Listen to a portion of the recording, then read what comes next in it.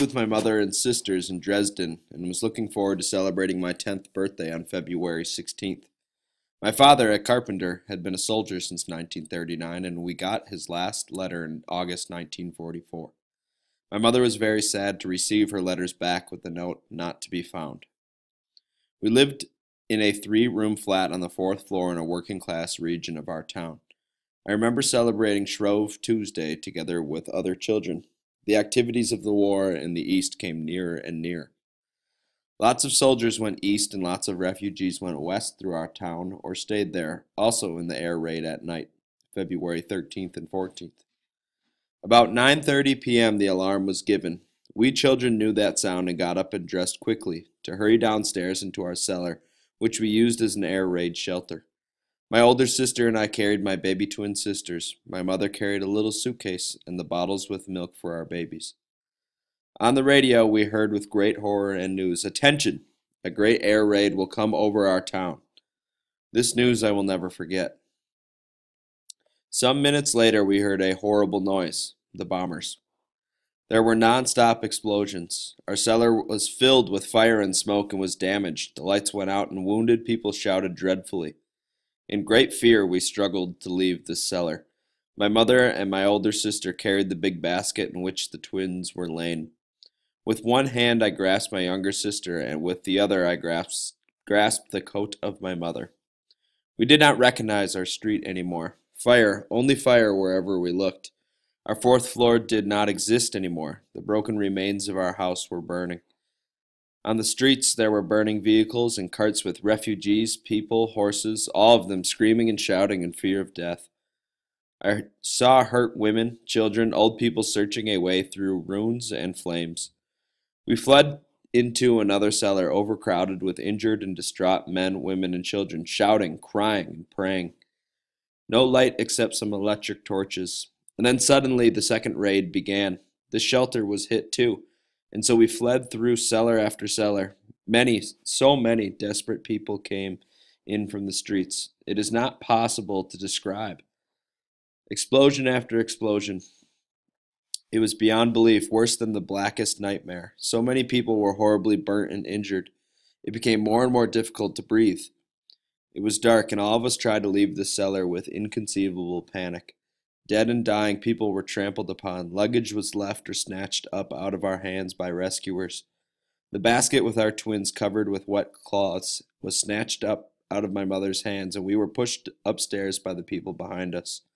We saw the burning street, the falling ruins, and terrible firestorm. My mother covered us with wet blankets and coats she found in a water tub. We saw terrible things. Cremated adults shrunk to the size of small children. Pieces of arms and legs, dead people, whole families burnt to death. Burning people ran to and fro, burnt coaches filled with civilian refugees, dead rescuers and soldiers. Many were calling and looking for their children and families, and fire everywhere. Everywhere fire. And all the time, the hot wind of the firestorm threw people back into the burning houses they were trying to escape from.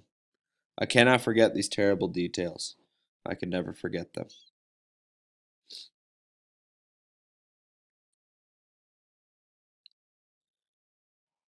Mr. Akihiro Takahashi was 14 years old when the bomb was dropped. He was standing in line with other students of his junior high school, waiting for the morning meeting 1.4 kilometers away from the center. He was under medical treatment for about a year and a half, and even today, black nail grows at his fingertip, where a piece of glass was stuck. The heat was tremendous, and I felt like my body was burning all over. For my burning body, the cold water of the river was as precious as the treasure. Then I left the river, and I walked along the railroad tracks in the direction of my home. On the way, I ran into another friend of mine, Tokuhiro Hata. I wondered why the soles of his feet were badly burnt. It was unthinkable to get burned there, but it was undeniable fact that the soles were peeling and red muscle was exposed. Even I myself was terribly burnt. I could not go home ignoring him. I made him crawl using his arms and knees. Next, I made him stand on his heels and I supported him. We walked heading toward my home, repeating the two methods.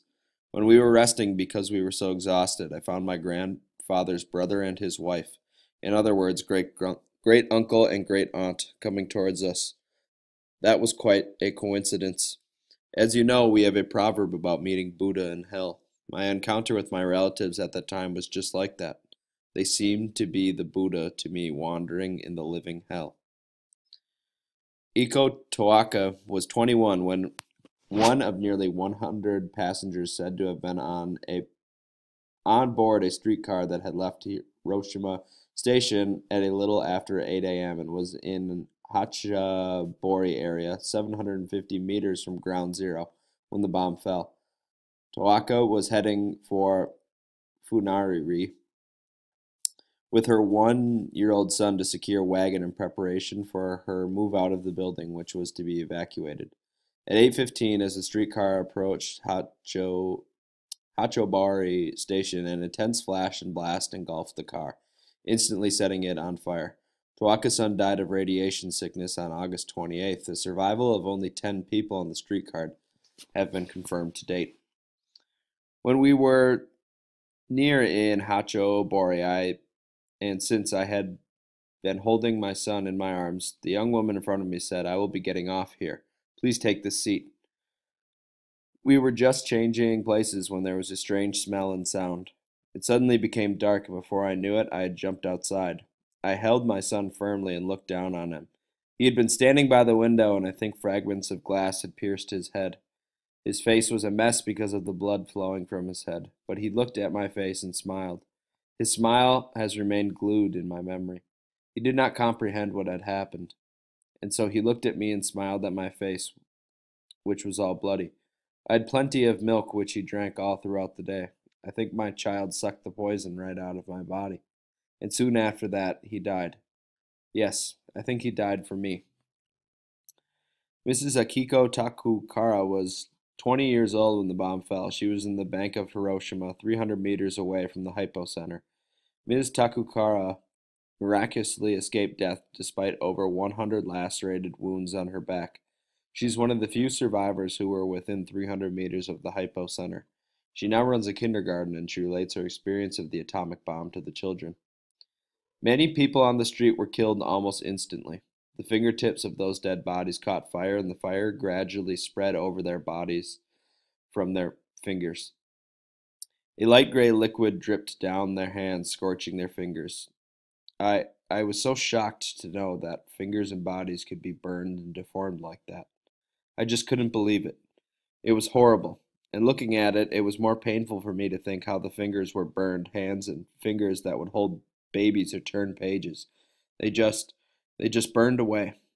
For a few years after the A-bomb was dropped, I was terribly afraid of fire. I wasn't able to get close to fire because all my senses remembered how fearful and horrible the fire was, how hot the blaze was, and how hard it was to breathe the hot air. It was really hard to breathe. Maybe because the fire burned all the oxygen. I don't know. I could not open my eyes because of the smoke, which was everywhere. Not only me, but everyone felt the same.